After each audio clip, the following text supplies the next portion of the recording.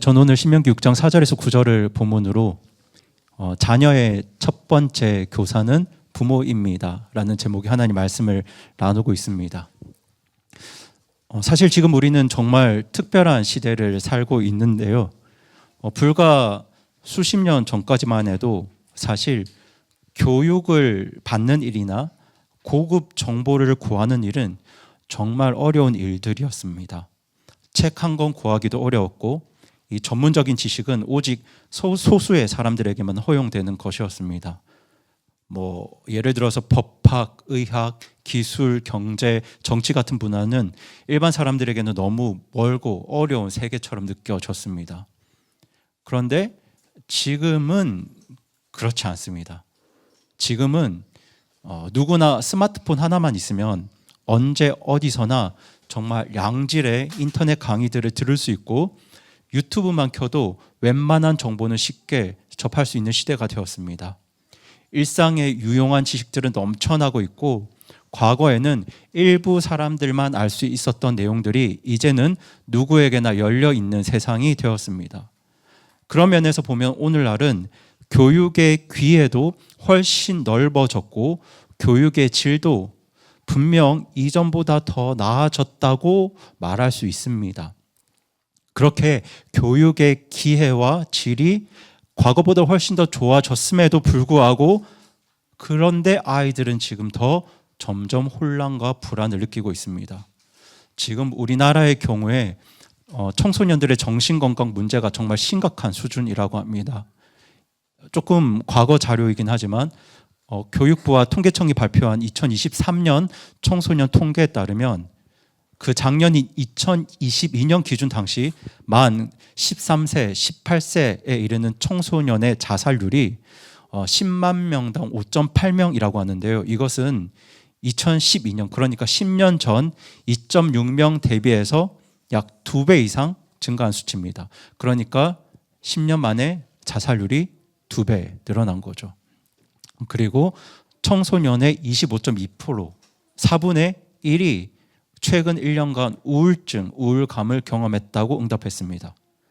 그러니까 이런 현상은 단순히 교육의 양이나 질의 문제가 아니라 지금 우리 청소년, 아이들이 삶의 방향성과 가치관을 잃고 있다는 것을 우리에게 잘 보여주는 통계입니다. 지식은 넘쳐나고 있는데 그것을 가지고 어떻게 살아야 할지에 대한 기준, 가치관, 진리가 부족한 시대를 우리는 살아가고 있습니다. 이런 시대에 우리 구원받은 그리스도인들이 반드시 지켜야 할 성경적인 원칙, 진리가 있는데요. 그것은 바로 오늘 설교 제목입니다. 부모가 자녀들의 첫 번째 교사가 되는 것입니다. 여러분, 하나님께서는 모든 부모님들을 자녀의 첫 번째 교사로 세우셨습니다. 여기서 첫 번째라는 말은 단순히 순서만을 뜻하는 게 아닙니다. 그러니까 어릴 때만 부모가 가르치고 커서는 학교에 맡기라는 말이 아닙니다. 부모가 자녀들의 첫 번째 교사라는 말은 그 중요도에 대해서도 첫 번째라는 뜻입니다. 이것이 성경의 진리이고 하나님의 진리입니다. 자녀 교육에 대한 첫 번째 책임자는 바로 부모입니다. 내 자녀가 잘못 크고 있다? 거기에 대해서 가장 큰 책임, 가장 첫 번째 책임은 친구에게 있는 것이 아니라 교사에게 있는 것이 아니라 교회에 있는 것이 아니라 바로 부모에게 있습니다. 그런데도 오늘날 많은 부모님들이 그 첫 번째 교사의 자리를 다른 누군가에게 내어주고 있습니다.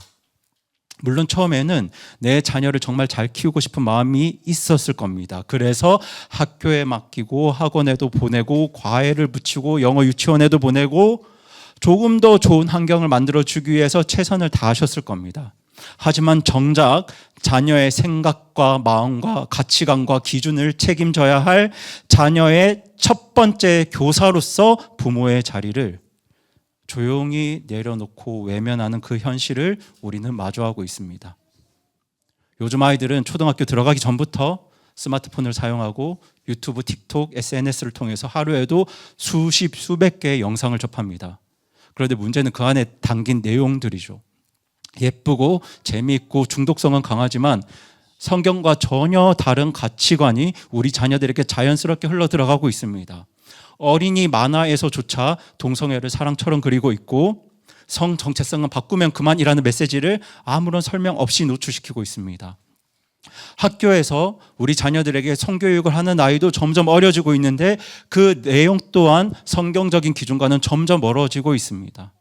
여기에 대해서 부모님들이 우려하는 목소리를 내면 구시대적이다, 편견이다, 혐오 표현이다 라는 말로 비난받기 쉬운 시대가 되어버렸습니다. 그 사이에 우리 자녀들의 마음과 생각은 점점 더 세상의 것으로 하나님을 대적하는 기준으로 채워지고 있습니다. 그렇게 지금 세상은 우리 자녀들에게 이렇게 가르치죠.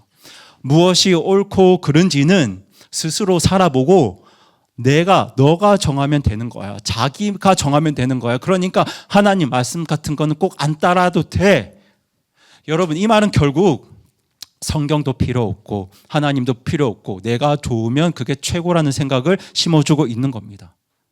이런 생각들을 인본주의 세계관이라고 합니다. 사람이 중심이어야 하고 내가 중심이어야 하고 하나님은 필요 없다고 말하는 것이 바로 이 세상의 방식입니다. 하지만 여러분, 우리 그리스도인 가정은 다릅니다. 우리는 가정을 누가 세우셨다고 믿나요? 네, 우리는 가정을 하나님께서 세우셨다고 믿습니다. 때문에 우리 가정을 바로 세우려면 세상의 방법이 아니라 누구의 방법을 선택해야 할까요? 그렇죠. 하나님의 방법을 선택해야 합니다. 여러분, 자녀 교육도 마찬가지입니다.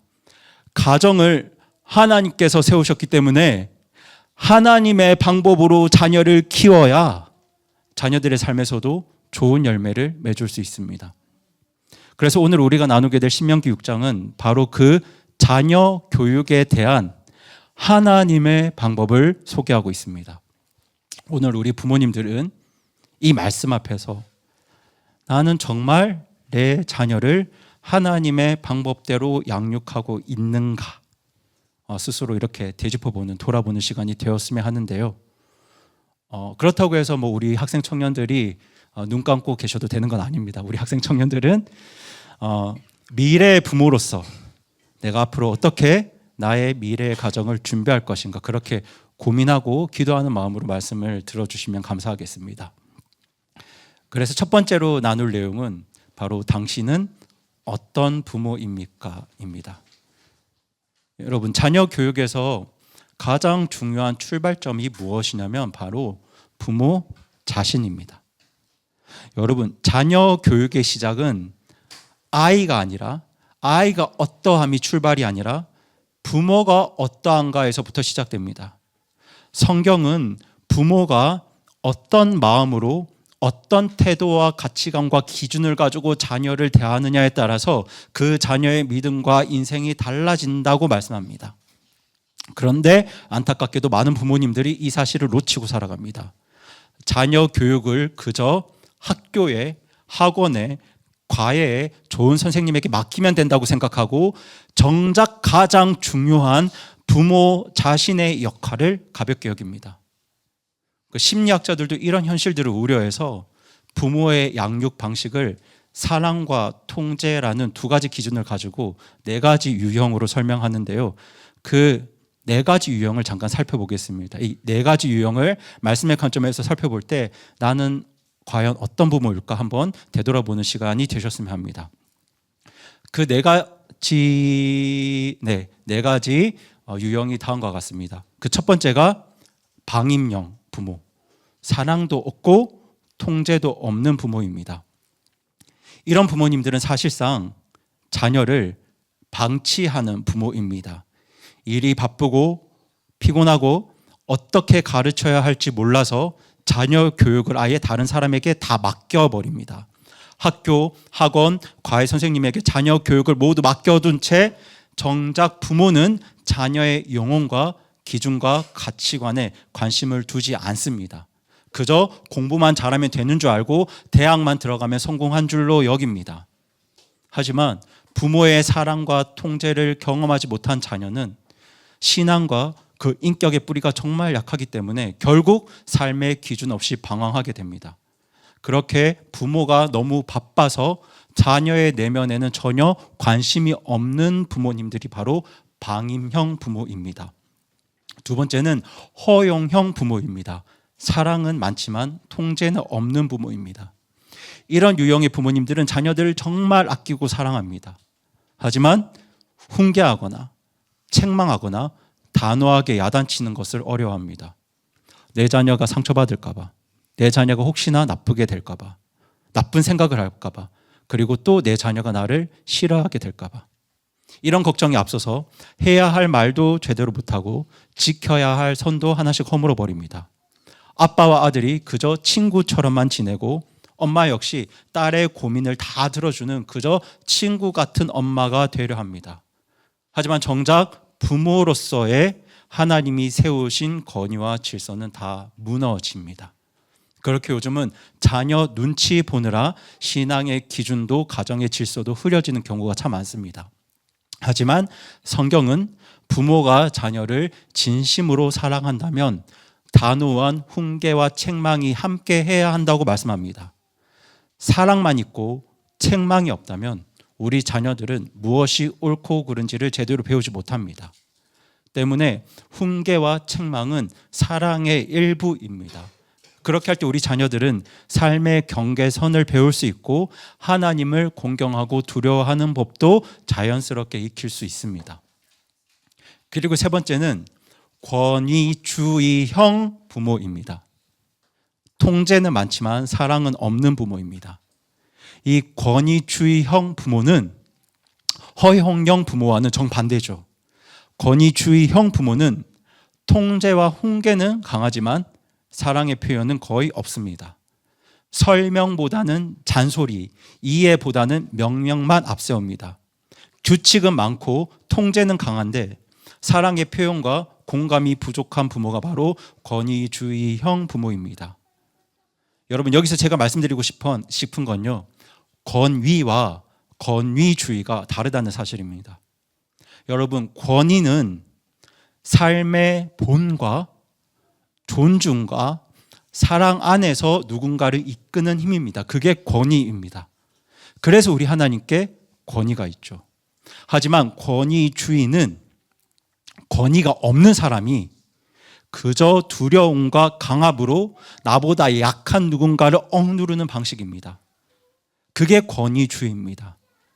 여러분, 하나님은 우리 부모님들이 권위를 가질 것을 원하시지 권위주의자가 되는 것은 원치 않으십니다.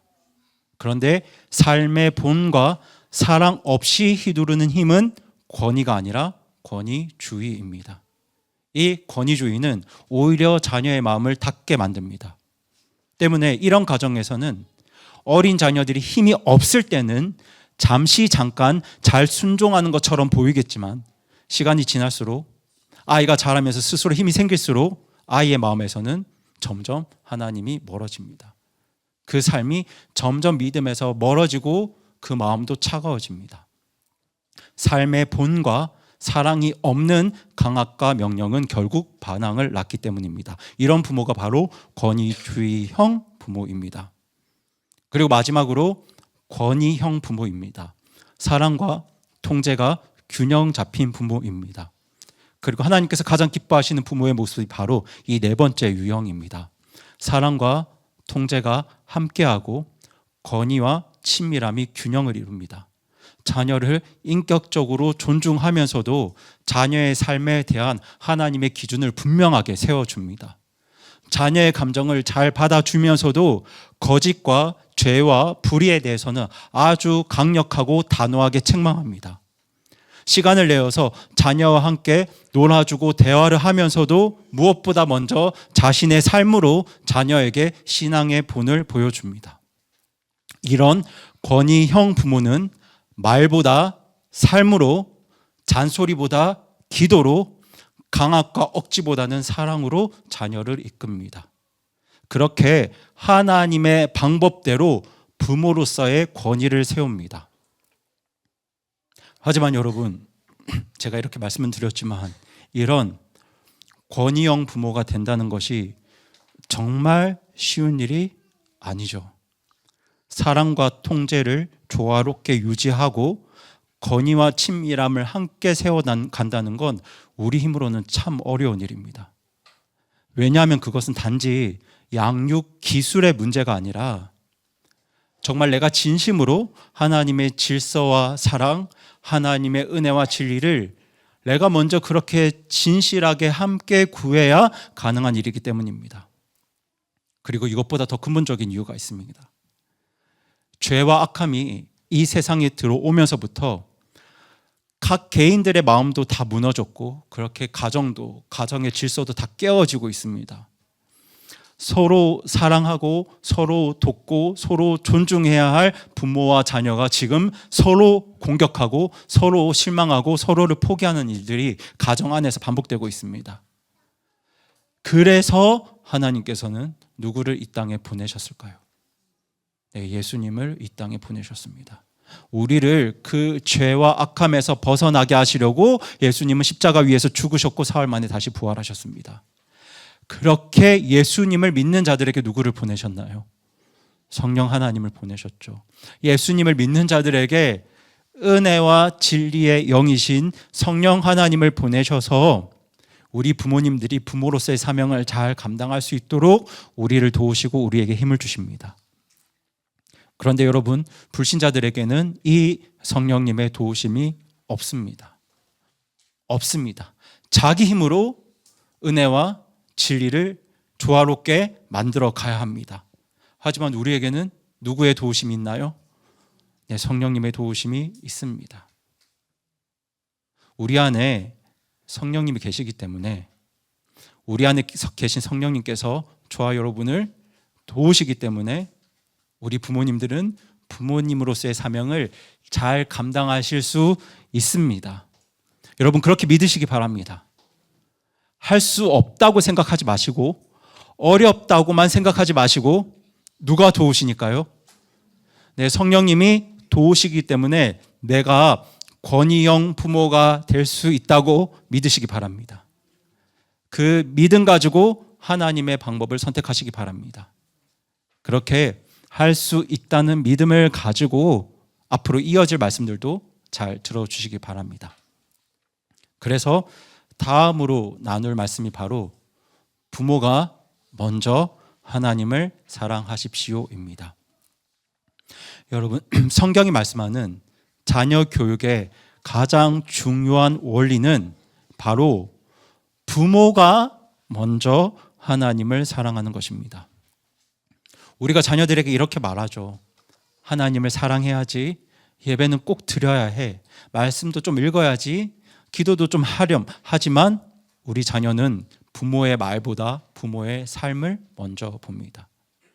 때문에 우리가 자녀들에게 하나님을 사랑하라고 말하려면 내가 정말 진실하게 하나님을 사랑하고 있는지 나 자신을 먼저 점검해야 합니다.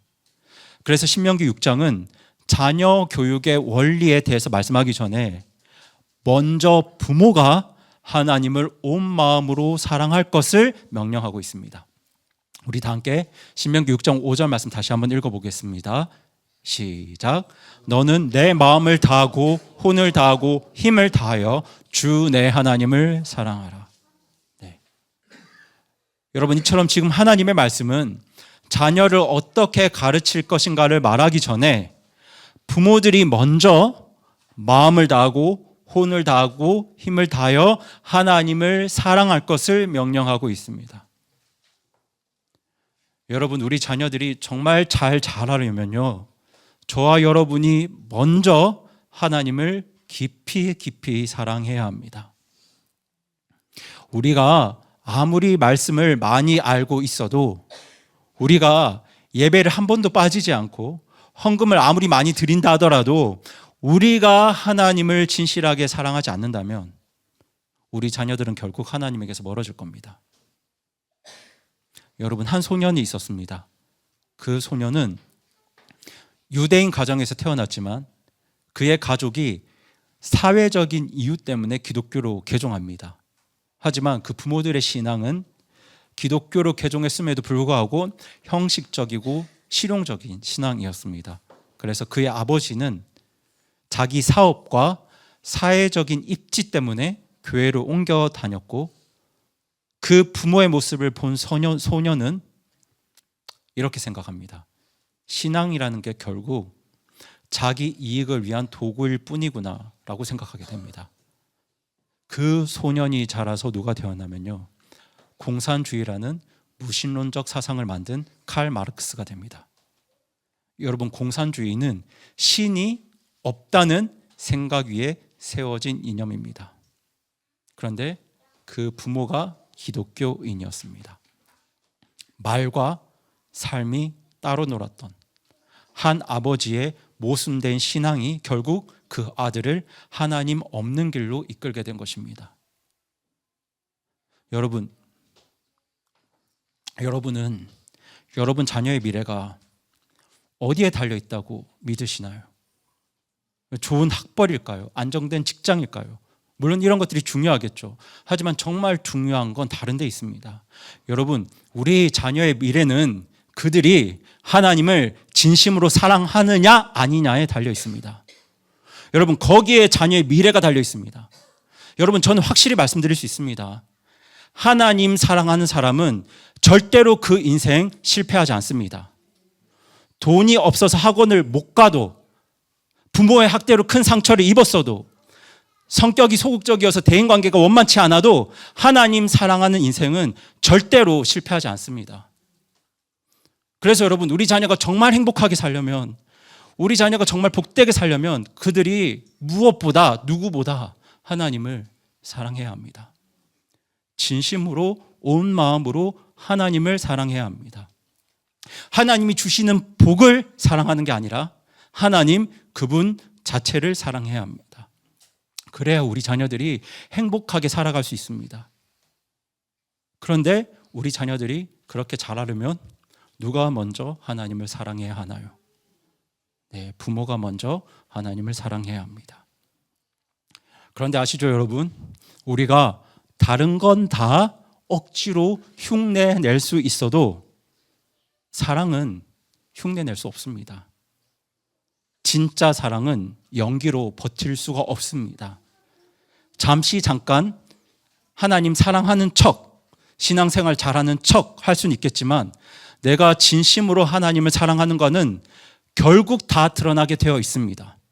그런데 여러분, 그런 나의 중심과 진심을 가장 먼저 확인하는 사람이 누구일까요? 네, 바로 나의 자녀입니다. 가장 가까이에서, 가장 자주, 가장 나를 오래 보아온 나의 자녀들이 내가 진심으로 하나님을 사랑하는지 아니면 그저 흉내만 내고 있는지를 가장 먼저 보게 될 것입니다. 그러니 정말 우리 부모님들이 여러분의 자녀의 미래를 위하신다면 부모인 내가 먼저 온 마음과 온 뜻과 온 힘을 다해서 하나님을 사랑해야 합니다. 그리고 그 사랑이 진짜라면 그 진심은 아이들의 마음에 흘러가게 되어 있습니다. 그래서 여러분, 오늘 이 시간 우리 모두가 하나님 앞에 기도할 때 이렇게 기도해 주시기 바랍니다. 하나님, 제가 먼저 하나님을 진심으로 깊이 사랑하게 해주세요. 그리고 그 사랑이 우리 자녀에게도 전해지게 해주세요. 이렇게 기도하시기 바랍니다. 여러분, 진심은 통합니다. 진짜 사랑은 결국 드러나게 되어 있습니다. 그러니 부모가 먼저 하나님을 사랑하면 자녀들도 그 모습을 보게 되어 있습니다. 자녀는 부모를 통해서 살아계신 하나님의 사랑을 볼 수 있습니다. 여러분에게 직접 말은 하지 않더라도 분명히 보게 될 겁니다.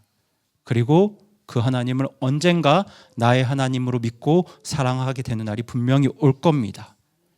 그러니까 그 믿음 가지고 우리 부모님들 먼저 마음과 혼과 힘을 다해서 우리 하나님을 진심으로 사랑하는 우리 교회 성도님들 되시기 바랍니다. 그리고 세 번째 나눌 것은 바로 말이 아니라 삶으로 가르치십시오입니다. 여러분, 말씀드린 것처럼 부모가 하나님을 진심으로 사랑한다면 그 사랑은 반드시 삶으로 드러나게 되어 있습니다. 왜냐하면 자녀는 부모의 말보다 삶을 먼저 기억하기 때문입니다.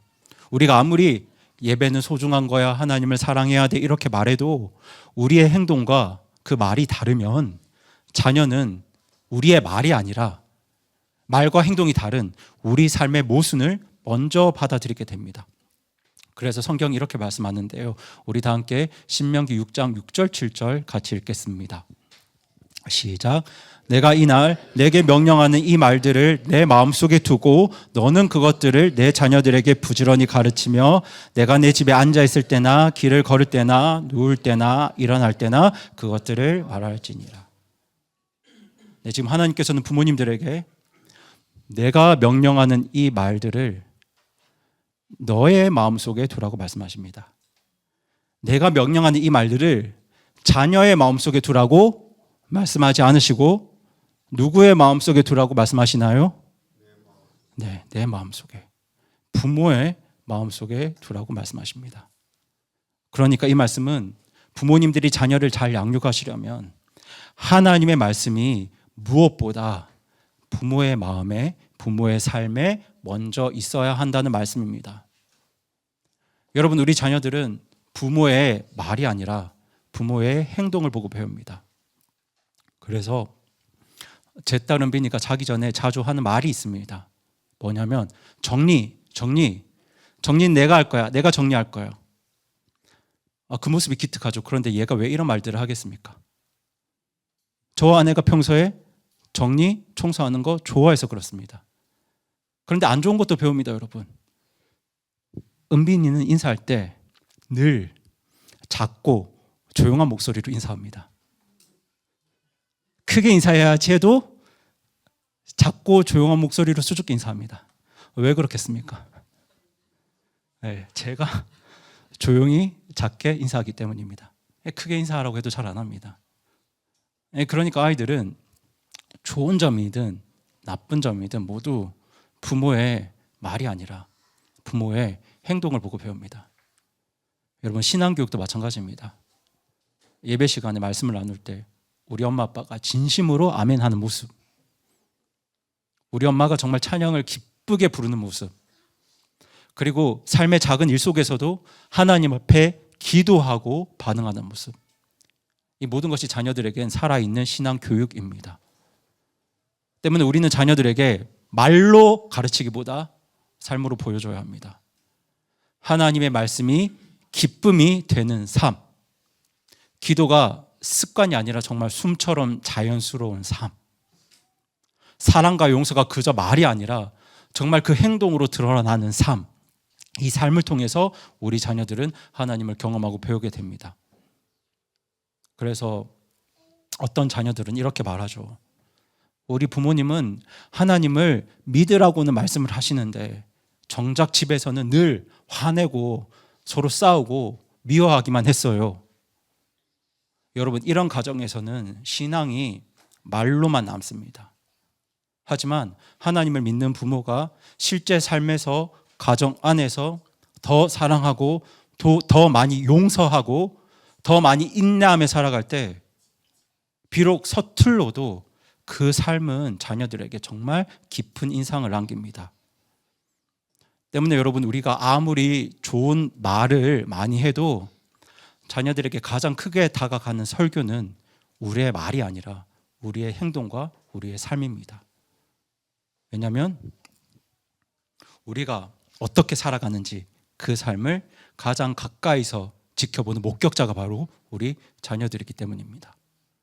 부모가 어떻게 예배를 드리는지, 준비하는지, 어떻게 용서하는지, 어떻게 하나님 의지하는지를 우리 자녀들은 늘 보고 있습니다.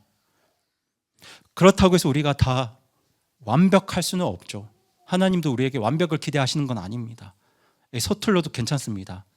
다만 말보다 먼저 삶으로 하나님을 보여주려는 부모의 진심, 그 진심과 노력은 자녀의 마음에 오래도록 남을 겁니다. 그렇게 삶으로 보여주는 본은 너무너무 중요합니다. 하지만 그렇다고 해서 신앙 교육이 그것만으로 완성되지는 않습니다. 교육은 언제나 삶으로 보여주는 본과 말로 가르치는 설명이 함께 가야 합니다. 그게 자녀들을 돕는 길이죠. 부모가 왜 이렇게 살아가는지, 부모가 왜 이렇게 행동하는지 그 신앙의 내용을 구체적으로 배우고 설명을 듣고 마음에 정리하는 시간이 필요합니다. 그래서 하나님께서는 가정을 단순한 쉼터가 아니라 하나님 말씀을 가르치고 배우는 인생의 첫 번째 학교로 세우셨습니다. 그래서 네 번째 나눌 것은 바로 가정은 하나님 말씀을 가르치는 학교입니다. 앞서 나눈 것처럼 그리스도인의 자녀 교육은 삶으로 보여주는 본과 말로 전하는 가르침이 함께 가야 합니다. 부모가 먼저 하나님을 사랑하고 그것을 기반으로 살아가는 삶, 그것이 시작이고 출발입니다. 하지만 거기서 멈추지 않고 왜 그렇게 살아가는지 그 이유를 설명해 주는 가르침이 함께 있어야 자녀의 마음에 하나님을 향한 믿음이 깊게 뿌리 내릴 수 있습니다. 그리고 하나님께서는 그 중요한 가르침의 책임, 말로 가르치는 책임을 교회나 학교가 아니라 바로 부모에게 맡기셨습니다. 우리 다시 한번 신명기 6장 7절 말씀 같이 읽겠습니다. 시작. 너는 그것들을 내 자녀들에게 부지런히 가르치며 내가 내 집에 앉아 있을 때나 길을 걸을 때나 누울 때나 일어날 때나 그것들을 말할지니라. 여러분, 여기서 너가 누구인가요? 너 부모죠. 교사가 아닙니다. 목사가 아닙니다. 여기서 너는 부모입니다. 여러분, 이 말씀은 단순한 권면이 아니라 모든 부모에게 주신 하나님의 명령입니다. 이 말씀에 기록된 것처럼 자녀에게 하나님 말씀을 가르치는 1차 책임은 교회에 있는 것이 아니라 학교에 있는 것이 아니라 주일학교 교사들에게 있는 것이 아니라 바로 부모에게 있습니다. 부모가 자녀에게 하나님 말씀을 가르쳐야 합니다. 성경은 그 방법을 세 가지로 말씀하고 있는데요. 먼저는 부지런히 가르쳐야 합니다. 오늘 본문은 가끔이 아니라 부지런히 가르치라고 말씀합니다. 여러분, 한 번의 설교, 한두 번의 좋은 대화로 자녀의 믿음이 건강하게 자랄 수 없습니다. 여러분, 한두 번 좋은 밥 먹는다고 우리 자녀들이 건강하게 자랍니까? 아니죠. 매일 밥을 먹어야 아이가 건강하게 자랍니다. 마찬가지로 매일 말씀을 먹여야 우리 자녀의 믿음이 건강하게 자랍니다. 식탁에서 한 구절 말씀 나누는 것, 매일 잠자기 전에 짧게라도 함께 기도하는 것, 같이 길을 걷다가 하나님 이야기, 성경 이야기 자연스럽게 꺼내는 것, 이 모든 것이 부지런히 가르치는 일들입니다. 하나님 말씀을 부지런히 가르치셔야 합니다. 그리고 두 번째로 무엇보다 하나님 말씀을 가르칠 때는 자연스럽게 가르치셔야 합니다.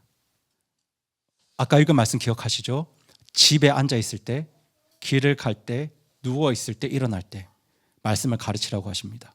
그러니까 삶의 모든 순간이 하나님 말씀을 가르치는 기회일 수 있다는 겁니다. 아이와 산책하면서 하늘을 볼 때 창조주 하나님을 말해줄 수 있고요. 인간관계에서 상처받은 자녀에게 예수님의 용서를 나눌 수도 있습니다. 월급이 들어왔을 때 우리 가정이 하나님께 헌금을 드리는 이유도 알려줄 수 있고, 정말 기쁘고 좋은 일이 있을 때는 함께 하나님께 감사와 기도를 드릴 수도 있습니다. 그렇게 신앙교육은 따로 떼어놓은 시간에만 하는 것이 아니라 삶 전체를 교재로 삼아야 하는 교육입니다. 그리고 마지막으로 우리 어린 자녀들에게 말씀을 가르칠 때는 눈에 보이게 가르치셔야 합니다.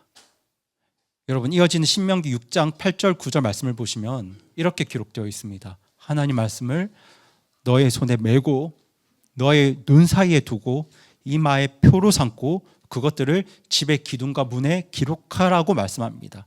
그러니까 하나님의 말씀을 항상 자녀들의 눈에 보이게 하라는 말씀입니다. 여러분, 듣는 것만큼이나 보는 것이 중요합니다. 특별히 지금처럼 화려한 영상이 넘쳐나는 시대일수록 눈에 보이는 하나님의 말씀은 정말 중요합니다. 그러니까 제가 뭐 몇 가지 권면 제안을 드리면 우리 부모님들께서 그 자녀의 방에 말씀이 기록된 액자를 걸어 주셔도 좋습니다. 그리고 뭐 냉장고에는 이번 주 교회에서 나누었던 말씀 한 구절 붙여 두셔도 좋고요. 아니면 우리 가정의 신앙 고백문을 만들어서 문에 붙여 두셔도 좋습니다. 아이들이 나갈 때마다 보도록. 그렇게 하나님 말씀이 집안 곳곳에 눈에 띄게 자리 잡을 때 이 자녀는 그 분위기 속에서 더 자연스럽게 하나님을 받아들일 수 있습니다. 그렇게 우리의 믿음을 듣는 것으로, 보는 것으로 때를 가리지 않고 가르치고 전해야 합니다. 그러니까 지금부터라도 작게라도 시작해 보시기 바랍니다. 식사 전에 말씀 한 구절 읽고 잠들기 전에 짧게 기도하고 냉장고에 매주마다 말씀 한 구절씩 바꾸어가며 붙여놓고 이 작은 실천들이 쌓일 때 우리 자녀의 마음 안에서 하나님의 왕국이 시작되고 또 자라게 될 것입니다. 그리고 마지막으로 나눌 것은 주의 교육과 주의 훈계로 양육하십시오입니다. 여러분, 우리 자녀의 교육은 단거리 달리기가 아니라 정말 마라톤처럼 긴 여정입니다. 그래서 때로는 지루하고 그 열매가 당장 눈에 보이지 않을 수도 있습니다. 그런데 이때 조급한 부모님들은 그 열매를 보기도 전에 그냥 포기해버리고 그렇게 결국 아이들의 마음이 다치게 됩니다. 그래서 에베소서 6장 4절에서는 이렇게 말씀하고 있는데요.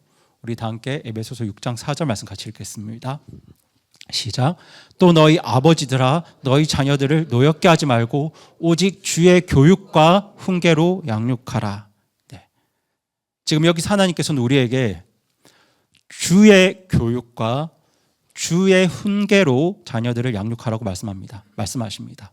그런데 여러분, 그렇다면 과연 주의 교육과 주의 훈계가 무엇일까요? 이걸 아셔야 합니다. 여러분, 학원 교육과 훈계의 성격은 그 목적이 어디에 있냐면 단순한 지식 전달에 있습니다. 공부를 잘하게 만들고 성적을 올리는 것, 그것이 목적입니다. 하지만 주의 교육과 주의 훈계는 그것과 다르죠. 주의 교육의 목적은 단지 머릿속에 지식을 채우는 것이 아니라 삶의 방향을 세우고 그 삶의 중심을 하나님께로 이끄는 것입니다. 그래서 우리가 주의 교육과 주의 훈계를 알려면 하나님께서 당신의 백성과 자녀들을 어떻게 양육하시는지를 살펴보아야 합니다. 여러분, 하나님께서 자기 백성들, 당신의 자녀들을 어떻게 양육하시는지 가장 잘 보여주는 이야기가 바로 출애굽 이야기입니다.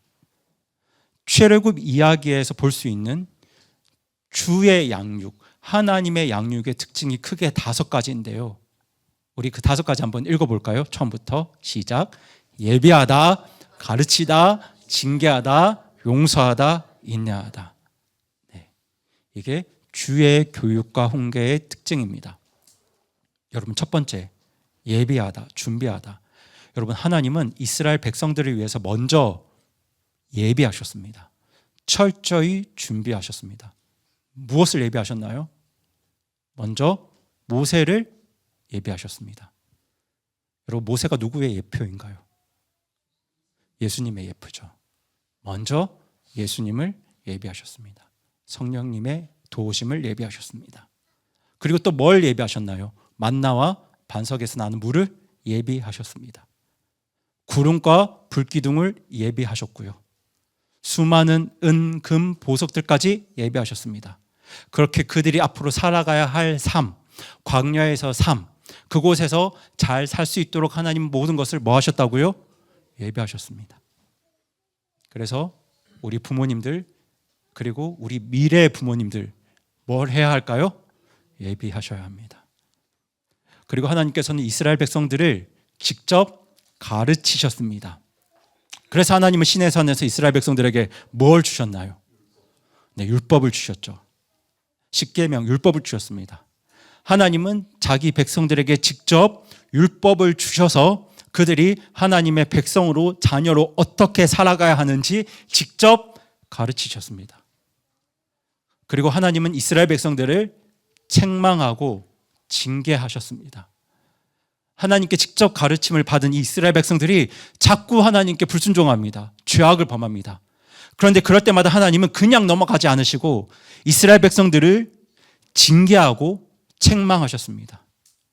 광야에서 불뱀이 나와서 그들을 물게 하신 것도 바로 불순종과 죄에 대한 하나님의 징계와 책망이었습니다. 하지만 동시에 하나님은 뭘 하셨죠? 용서하셨습니다. 불뱀이 나왔을 때도 하나님이 뭘 만들어 주셨나요? 놋뱀을 만들어 주셨죠. 놋뱀을 만들어서 그들의 죄를 용서하셨고 또 제사 제도를 통해서 그리고 훗날 오실 예수님을 통해서 그들의 죄를 용서하고 덮어주셨습니다. 그리고 주의 교육에서 무엇보다 중요한 것이 바로 하나님의 인내입니다. 여러분, 이스라엘 백성들이 몇 년 동안 철들지 않았습니까? 40년입니다. 40년 동안 철들지 않았습니다. 40년 동안 하나님께 대들었습니다. 40년 동안 불순종했습니다. 그렇게 실수 많고 완악한 이스라엘 백성들을 하나님은 적어도 40년, 사실 끝까지 포기하지 않고 인내하셨습니다. 무려 40년 동안 그들과 함께 광야길을 동행하셨고 사실 그 이후에도 끝까지 인내하면서 그 백성들을 인도하셨습니다. 여러분, 이것이 바로 누구의 교육이라고요? 주의 교육입니다. 예비하시고 직접 가르치시고 직접 책망하시고 하지만 용서하시고 끝까지 품고 인내하는 것, 이게 바로 주의 교육입니다. 그리고 하나님은 지금도 우리를 사실 그렇게 양육하고 계십니다.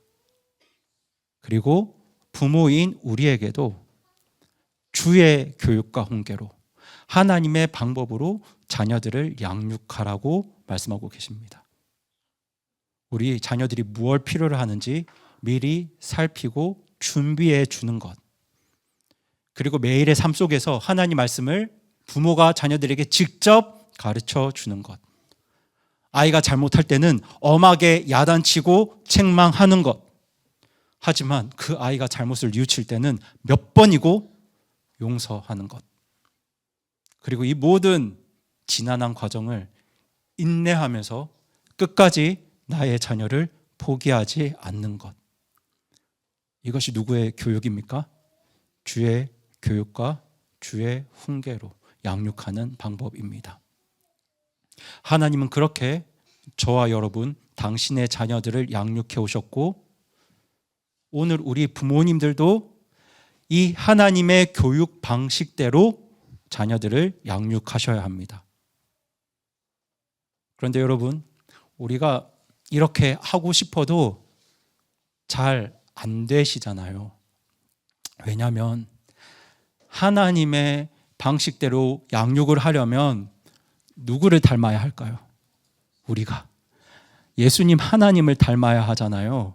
하나님의 방법대로 자녀들을 양육하려면 우리가 하나님을 닮아야 하는데 우리 안에는 참 그분을 닮은 모습들이 없기 때문에 이게 너무 힘듭니다. 하나님의 방법대로 자녀들을 양육하려면 하나님의 성품과 하나님의 지혜가 필요한데 우리에게는 그런 하나님의 성품과 지혜가 참 부족합니다. 그래서 말씀을 드렸죠. 그래서 예수님을 통해 성령님을 보내주셨습니다. 예수님을 믿는 자들에게 우리를 도우시는 성령 하나님을 보내주셨습니다. 우리가 구원받았을 때 하나님의 영이신 성령님께서 우리 안에 오셔서 우리를 가르치고 이끌어주시고 도와주십니다. 그렇게 우리가 하나님의 성품과 하나님의 지혜와 하나님의 방법으로 우리 자녀들을 양육할 수 있도록 지금도 성령 하나님께서는 구원받은 모든 부모님들을 돕고 계십니다. 그러니 부모님 여러분, 매 순간 성령 하나님을 의지하시기 바랍니다. 매 순간 자녀와 마주하실 때 지금 내 안에 하나님의 성품이 역사하고 있는지, 내가 지금 하나님의 성품과 지혜로 말하고 행동하는지 수시로 내 모습을 점검하면서 나의 마음을 점검하면서 성령님을 의지하시기 바랍니다. 그렇게 우리가 성령 하나님 의지할 때 성령님은 반드시 우리 부모님들 도와주십니다. 그리고 성령님이 도와주시면 저와 여러분은 하나님의 방법대로 자녀들을 양육할 수 있습니다. 그러니까 여러분, 과거의 실수와 잘못, 과거의 일들로 여러분 너무 낙심하지 마시기 바랍니다.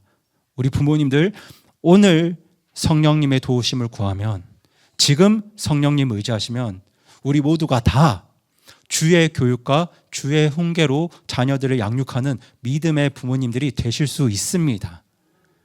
그 믿음 가지고 오늘부터, 지금부터 우리 안에 계신 성령님을 의지하시기 바랍니다.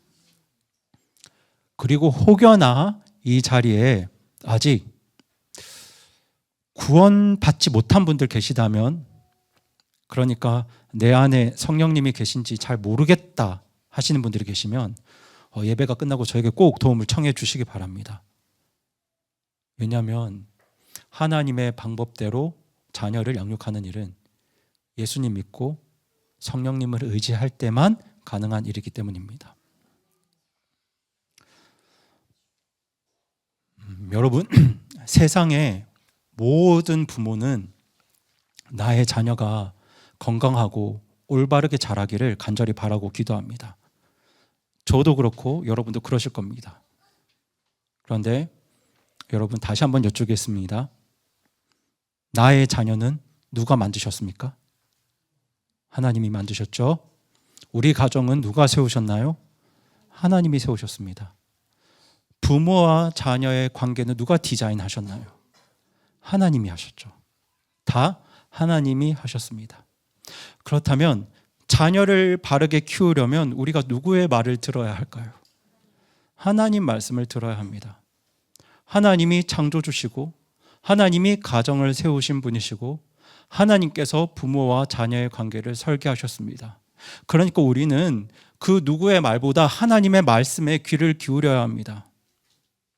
그런데 요즘 정말 많은 어머님들이 하나님의 말씀보다 옆집 어머니 말씀을 더 많이 듣습니다. 성경은 안 읽으세요. 성경이 뭐라고 말하는지 궁금해하지도 않습니다.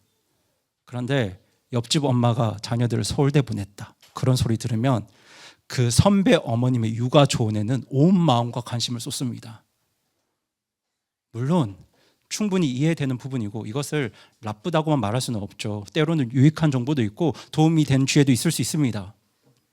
하지만 문제는 그리스도인이 하나님의 말씀을 무시하고 거기에는 관심이 없고 세상 방법만 붙잡고 자녀들을 키우려고 할 때 그 길은 결국 자녀를 망치는 길이 될 수 있다는 걸 여러분들이 아셔야 합니다. 여러분, 저와 여러분은 그리스도인입니다. 그러니까 하나님께서 내 자녀를 만드셨고 하나님께서 우리 가정을 세우셨고 하나님께서 부모와 자녀 관계를 계획하셨다는 걸 우리는 믿는 사람들입니다. 그럼 세상 어떤 목소리보다 하나님 말씀을 따라야 하고 하나님의 방법을 선택해야 되지 않겠습니까? 그러니까 자녀 양육에 있어서 우리가 가장 먼저 들어야 할 목소리는 바로 하나님 아버지의 음성입니다. 저는 우리 교회 모든 가정이 그렇게 하나님 말씀 위에 세워지기를 간절히 바라고 소망합니다. 그래서 우리 교회가 앞으로 오는 7월부터 주일 오후에 어린이 예배를 드리려고 계획하고 있는데요. 정말 찬양도 우리 전문가분들이 잘 준비를 하시고 설교도 제가 강조해야 될 부분들이 강조되도록 지금 짜임새 있게 준비하고 있습니다. 하지만 우리가 분명히 기억해야 될 사실이 있는데요. 교회에서 드리는 어린이 예배는 부모님을 도와드리는 보조 수단일 뿐 자녀 교육의 중심은 아닙니다. 자녀 교육에 대한 책임은 교회가 아니라 부모님들께 있습니다. 그래서 여름부터 어린이 예배 시간마다 우리 자녀들에게, 아이들에게 말씀을 전하겠지만 사실 그 말씀은 부모님들이 자녀들과 매일매일 함께 나누어야 할 말씀입니다. 그래서 어린이 예배를 드릴 때 우리 자녀들과 함께 우리 부모님들도 예배를 짧게 같이 드릴 겁니다. 그렇게 우리 부모님들은 어린이 예배 때 들은 말씀을 가지고 먼저 본을 보여주시고, 어른 예배 때는 아이들이 이해를 못할 수도 있잖아요. 그러면 뭐 가볍게 힘들면 넘어가실 수도 있겠지만, 어린이 예배 때 아이들이 이해한 말씀은 정말 최선을 다해서 먼저 삶으로 일주일 동안 뭘 보여달라고요? 본을 보여주시고 한 주 동안 그 말씀들을 반복해서 아이들에게 가르치고 나눠주시기 바랍니다. 또 자연스럽게 아이의 생각도 묻고 또 부모님의 생각도 나누는 교제 시간도 자주 가져주시기 바랍니다. 그렇게 하나님의 방법대로 우리 자녀들 교육하시고 양육하셔야 합니다.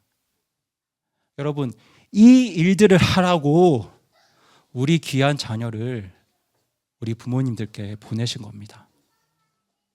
때문에 적어도 자녀 양육에 있어서는 이렇게 하면 더 좋다가 아니라 반드시 이렇게 해야 한다는 마음으로 하나님의 방법에 순종하셔야 합니다. 그래야 우리 자녀들 삶에 하나님의 거룩한 영상이 회복될 수 있습니다. 그리고 제가 확신하건대 하나님은 하나님의 방법을 선택한 모든 부모님들께 정말 큰 기쁨과 행복을 허락하실 겁니다. 우리 자녀들의 삶을 복되게 하시고 우리의 자녀의 삶을 선하게 인도하시고 우리 자녀를 하나님의 일에 놀랍게 사용하시고 우리 자녀들이 하나님을 닮게 하셔서 우리 부모님들께 세상에서 가장 큰 기쁨과 행복과 만족을 정말 놀라운 선물로 주실 겁니다. 그러니 우리 부모님들 옆집 어머님의 말씀에 흔들리지 마시고 오직 하나님 말씀, 하나님 방법을 따라가는 우리 모든 믿음의 부모님들 되시기 바랍니다.